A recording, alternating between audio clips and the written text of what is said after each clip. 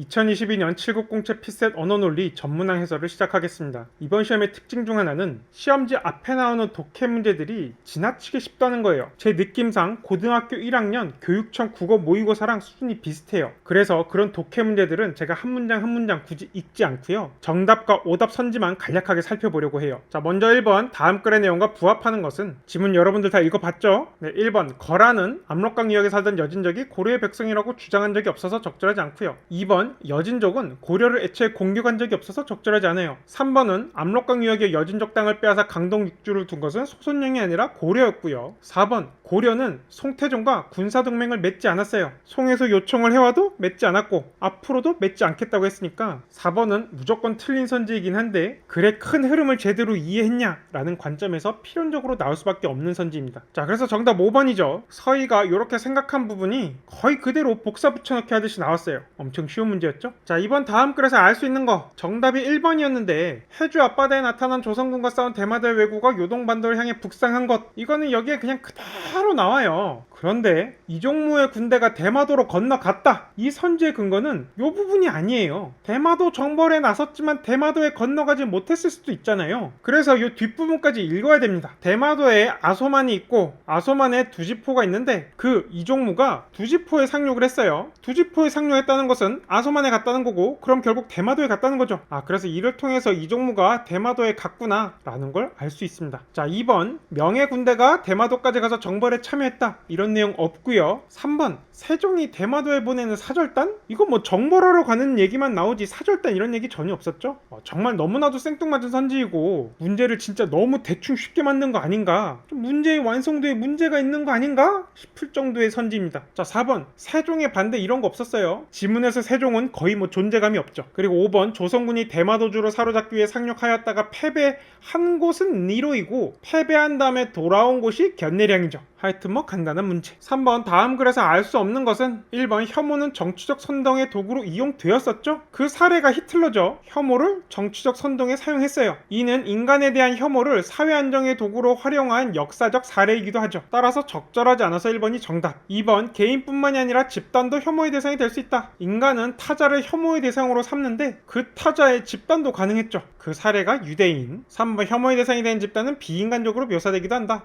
비인간적으로 묘사되기도 한다. 거의 뭐 복사 붙여넣기죠. 4번이 재밌어요. 혐오의 감정을 법적 판단의 근거로 삼아야 한다는 입장이 있었다. 이게 지문에서 역사에서 그리 낯설지 않았다 라고 표현됐어요. 혐오를 법적 판단의 근거로 삼아야 한다는 주장이 역사에 있었으니까 그리 낯설지 않다 라고 했을 거고, 심지어 그 사례가 드물지 않다고 했으니까 역사에 여럿 있었다 라고 추론할 수 있습니다. 5번은 지문에서 연결로 표현된 게 연관으로 바뀌었다, 이 정도만 체크할 수 있으면 됩니다. 심리적 우월감 및 만족감과 연결되어 있다, 선지에서는 연관되어 있다라고 바꿔 표현했다. 4번 다음 글에서 알 수 없는 것은 이 지문은 어떤 면에서 실생활과 굉장히 밀접하죠. 그래서 정답은 2번이었어요. 계획적 진보화는 기존 제품과 동일한 중고품의 경쟁력을 하락시켰죠. 하락한다, 지문에 아주 명시적으로 나옵니다. 조금 주목해야 될 선지는 5번이에요. 지문에 명시적으로 나오진 않는데 이 사용기간을 결정짓는 요인이 물리적 특성도 있지만 심리적 특성도 있다고 하죠. 그리고 이 심리적 특성은 취향이 급격하게 변하는 거였어요. 따라서 제품의 실제 사용기간은 심리적 특성, 취향 변화로 인해서 물리적으로 사용 가능한 수명보다도 짧아질 수 있겠죠. 이렇게 어떤 대상에 영향을 미치는 인과 경로가 둘 이상이면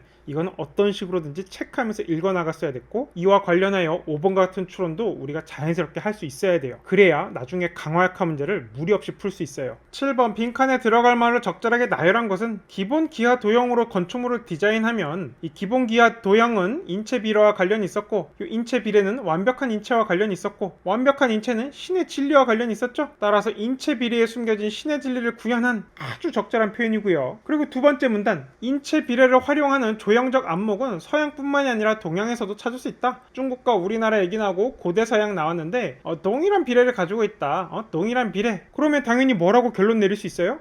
조형미에 대한 동서양의 안목이 유사하다. 그래서 아주 당연하게 쉽게 1번이 정답입니다. 자, 10번 가금류가 뭔지 몰랐다면 좀 헷갈렸을 것 같아요. 사람이 키우는 게 가금류니까 이거는 야생조리에서 제외됩니다. 지금 표현은 8건이라고 나오는데 야생조리니까 3건, 2건, 3건 중에 가금류 3건을 제외한 5건으로 수정을 해야 적절하죠. 그래서 기억 적절하고요. 니은 검사 중 항목의 9건을 8건으로 수정한다는데 이 표의 기간은 11월 21일까지예요. 지금 검사 중인 게 11월 22일에 발표한다고 하더라도 어쨌든 21일 기준으로는 검사 중이니까 검사 중 9건 이거는 수정할 필요가 없습니다. 그래서 8건으로 수정한다가 적절하지 않아요. 자, 그리고 마지막으로 디귿 지문을 읽다가 포함이라는 단어를 봤다면 전기추 1 들은 분들은 알겠지만 이거 출제자가 문제할 가능성이 엄청 높죠. 애초에 읽을 때부터 이거 문제가 되겠구나 하고 예상이면 읽을 수 있어야 되고 이제 그 내용이 디귿으로 선지화된 거죠. 따라서 기억 디귿만 적절하므로 정답은 3번.